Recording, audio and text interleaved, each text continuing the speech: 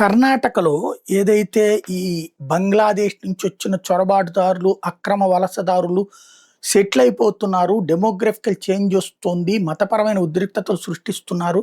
అలాగే రోడ్లని కూడా పాడు చేస్తున్నారు వాళ్ళు. ఆక్రమించుకుంటున్నారు అంటూ వాళ్ళని తిప్పి పంపాలి అని నినదించినటువంటి హిందుత్వ సంఘాల వాళ్ళ మీద కేసు పెట్టి అరెస్ట్ చేస్తే వాళ్ళు బెయిల్‌కి వెళ్తే బెయిల్ ఇచ్చినటువంటి హైకోర్టు ఘాటైన వ్యాఖ్యలు చేసింది కర్ణాటక ప్రభుత్వం మీదన. అసలు వాళ్ళని పంపించాల్సిన అక్రమ వలసదారుని పంపించే బాధ్యత మీది కదా! వాళ్ళు ఎక్కడెక్కడ సిటీలో చూస్తే వీసాలు లేకుండా, పర్మిట్లు లేకుండా ఇష్టారాజ్యంగా తిరుగుతుంటే మీరు చూస్తా ఎందుకు కూర్చుంటున్నారు? ఈళ్ళే నేరస్తులుగా మారుతుంటే ఎందుకు పట్టించుకోవట్లేదు? పైగా అక్రమ చొరబాటుదారుల్ని అవతలకి పంపించమన్నోళ్ళ మీద దొంగ కేసులు పెట్టడం ఏంటి? అంటూ జస్టిస్ ఎం. నాగప్రసన్న అడిగిన ప్రశ్నలతో విలవిల్లాడిపోవడం కర్ణాటక హైకోర్టు వంతవుతోంది.